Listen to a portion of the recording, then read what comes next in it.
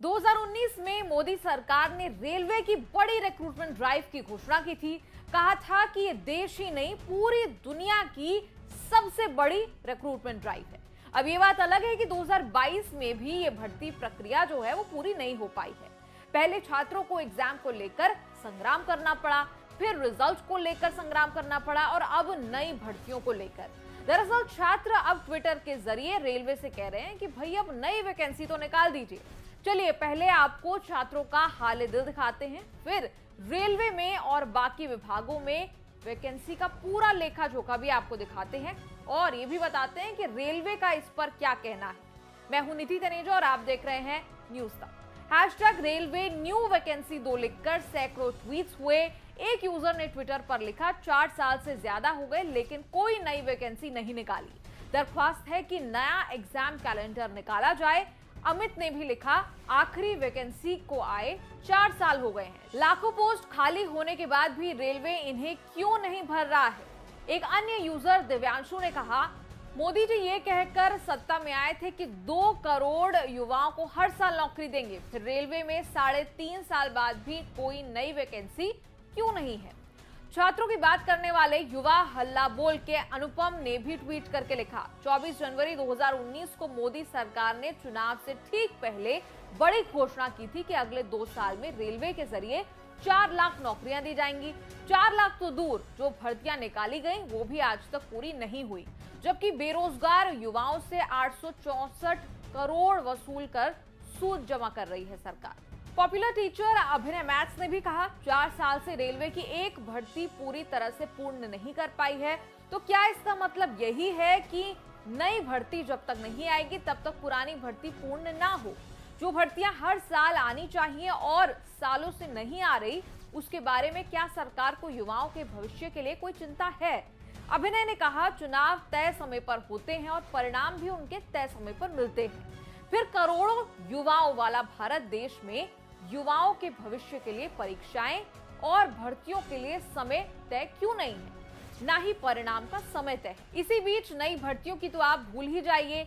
अभिनय ने पीएम को टैग करते हुए लिखा आत्मचिंतन कीजिए मोदी जी, सबसे ज्यादा युवाओं वाले देश का युवा भर्तियों के इंतजार में उम्र दराज होता जा रहा है। देश के विकास के लिए युवाओं का विकास जरूरी है और युवाओं के विकास के लिए समय पर भर्तियां और सतत पारदर्शी प्रक्रिया भी होना बेहद जरूरी है।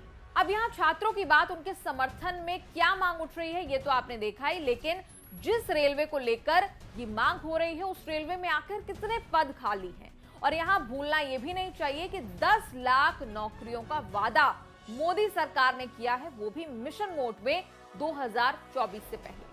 लेकिन यहाँ ये बड़ी तस्वीर देखिए, केंद्र के 78 मंत्रालय या विभागों में स्वीकृत 40 लाख पदों में से 9.8 लाख पद जो है वो खाली है। और गेस व्हाट, और इनमें से 8 लाख पद जो है वो 4 मंत्रालयों में ही हैं। इनमें भी सबसे ज्यादा पद अगर कहीं खाली हैं तो वो है आपके रेलवे में, जिसे लेकर नई वैकेंसियों की जो है वो मांग उठ रही है। रेलवे की ये तस्वीर देखिए, स्वीकृत पद है 15 लाख से ज्यादा, इसमें से 2,93,000 पद इस वक्त खाली हैं।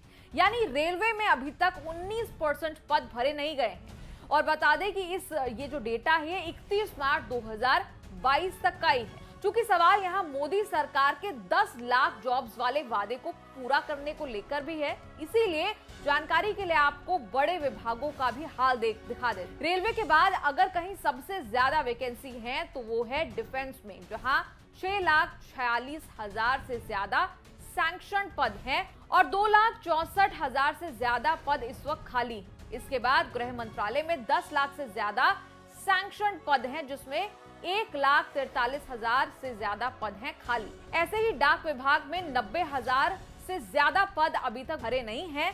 साइंस एंड टेक्नोलॉजी विभाग की हालत भी सबसे ज्यादा खराब है, क्योंकि यहाँ पर 69% पद खाली हैं, क्योंकि 12,000 से ज्यादा स्वीकृत पदों में से 8,500 पद इस वक्त खाली हैं।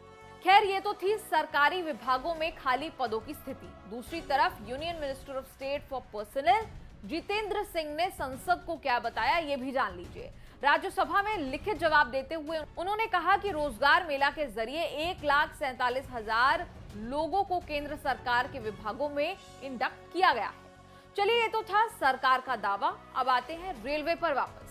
आपका रेलवे से जुड़ा सवाल लेकर हम भी रेलवे के पास गए, उनसे पूछा कि क्या रेलवे नई वैकेंसी की घोषणा करने वाला है। तो उस पर रेलवे ने सिर्फ एक लाइन में अपना जवाब देते हुए कहा, पहले हमारा टारगेट ऑनगोइंग एक्सरसाइज को जल्द से जल्द पूरा करने को लेकर है। यहाँ ऑनगोइंग एक्सरसाइज से रेलवे का मतलब है अभी चल रही ग्रुप डी और एनटीपीसी के पदों की भर्ती, जो कि 2019 में शुरू हुई थी। हालांकि रेलवे ने नई वैकेंसी पर कुछ हाँ या ना में नहीं कहा, लेकिन अपनी मंशा यहाँ जरूर साफ कर दी कि फिलहाल तो सिर्फ उसको पूरे करने का टारगेट है जो अभी चल ही रही है। 2023 में क्या उन छात्रों के लिए नई वैकेंसी नया सवेरा लेकर आएंगी, इस पर रेलवे का जवाब नहीं आया। खैर, हम जानना चाहते हैं कि आपकी इस पर क्या राय है, कोई सवाल है तो वो भी लिख भेजिए और देखते रहिए न्यूज़ तक।